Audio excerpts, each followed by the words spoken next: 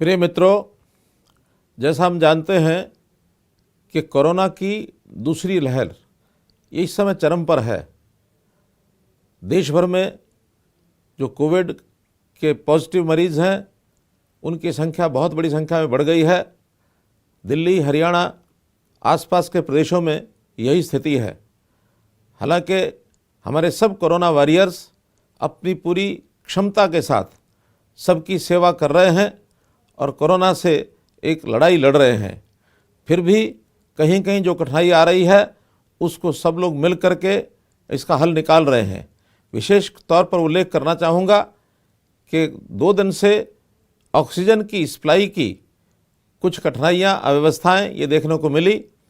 हालांकि ऑक्सीजन कमी नहीं है, पर्याप्त मात्रा में अपने देश में, अपने प्रदेशों के आसपास क्षेत्रों में ऑक्सीजन की सप्लाई पर्याप्त है, लेकिन फिर भी उस व्यवस्था को ठीक करने के लिए कल 21 तारीख रात्रि से सब लोगों ने प्रयत्न करके उसको ठीक किया है और जहाँ जहाँ सप्लाई के सेंटर्स हैं वहाँ डायरेक्शन दे दी गई है कि किस प्रांत को कितनी सप्लाई करनी है और व्यवस्था से सब चीज़ें चल रही हैं। जहाँ तक हरियाणा की बात है, हमारे यहाँ 160 मीट्रिक टन की सप्लाई ये सुनिश्चित की गई है, जिसमें से 80 मीट्रिक टन हमें पानीपत से सप्लाई होगी, 25 मीट्रिक टन ये हमें रुड़की से सप्लाई होगी, 20 मीट्रिक टन बरोटीवाला से होगी, 20 मीट्रिक टन भिवाड़ी से होगी, 17 मिसलेनियस जगह से होगी। तो ऐसे 162 मीट्रिक टन हरियाणा को सप्लाई होनी है।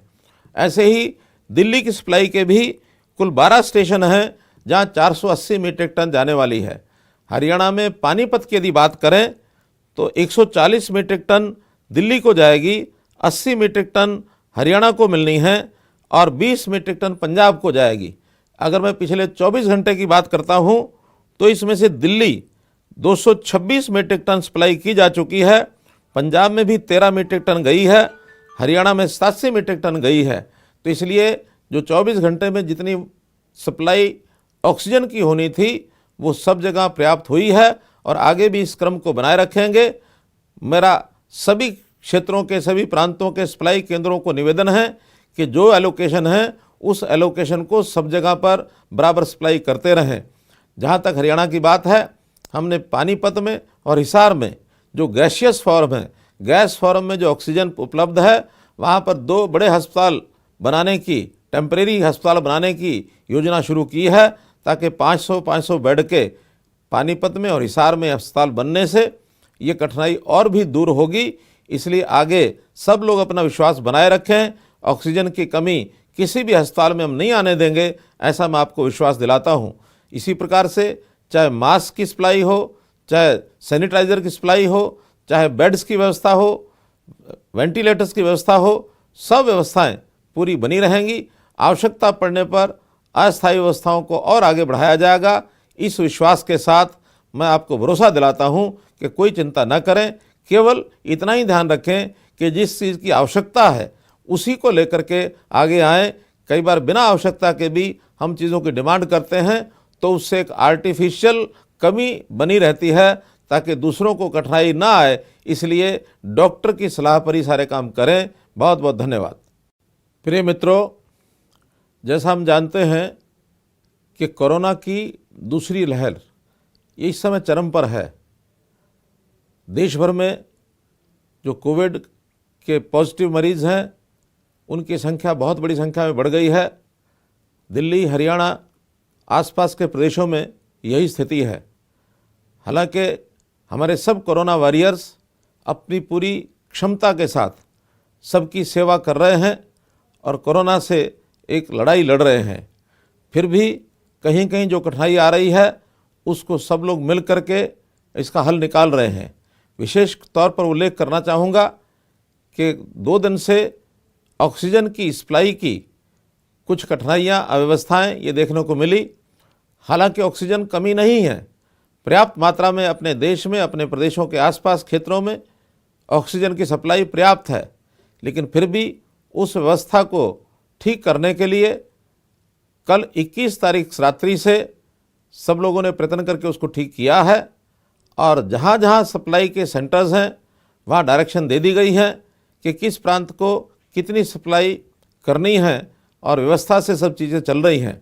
जहाँ तक हरियाणा की बात है, हमारे यहाँ 160 मीट्रिक टन की सप्लाई ये सुनिश्चित की गई है, जिसमें से 80 मीट्रिक टन हमें पानीपत से सप्लाई होगी, 25 मीट्रिक टन ये हमें रुड़की से सप्लाई होगी, 20 मीट्रिक टन बरोटीवाला से होगी, 20 मीट्रिक टन भिवाड़ी से होगी, 17 मिसलेनियस जगह से होगी।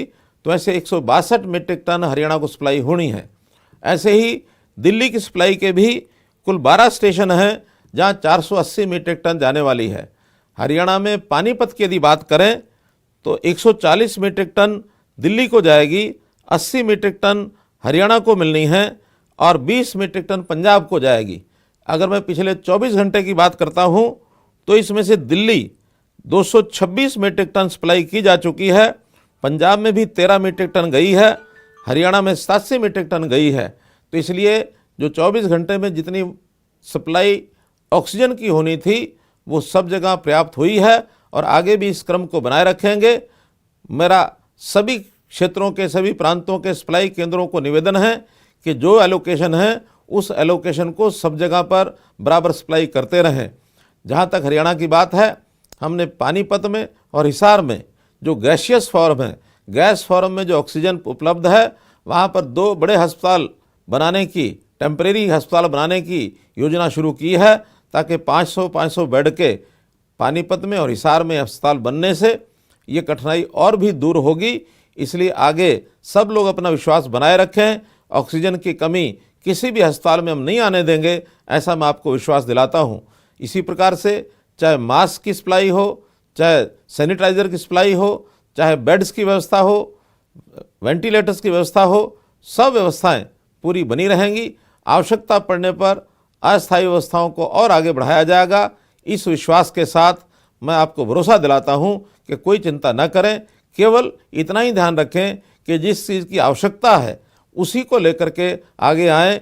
कई बार बिना आवश्यकता के भी हम चीज़ों की डिमांड करते हैं तो उससे एक आर्टिफिशियल कमी बनी रहती है ताकि दूसरों को कठिनाई ना आए। इसलिए डॉक्टर की सलाह पर ही सारे काम करें। बहुत बहुत धन्यवाद।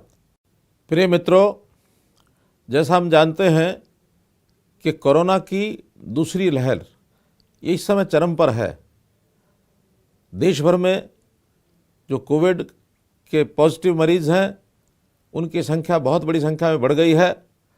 दिल्ली, हरियाणा, आसपास के प्रदेशों में यही स्थिति है।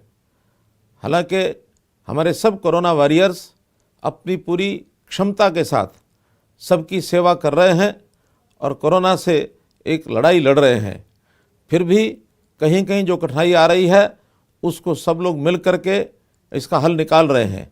विशेष तौर पर उल्लेख करना चाहूँगा कि 2 दिन से ऑक्सीजन की सप्लाई की कुछ कठिनाइयाँ, अव्यवस्थाएँ ये देखने को मिली।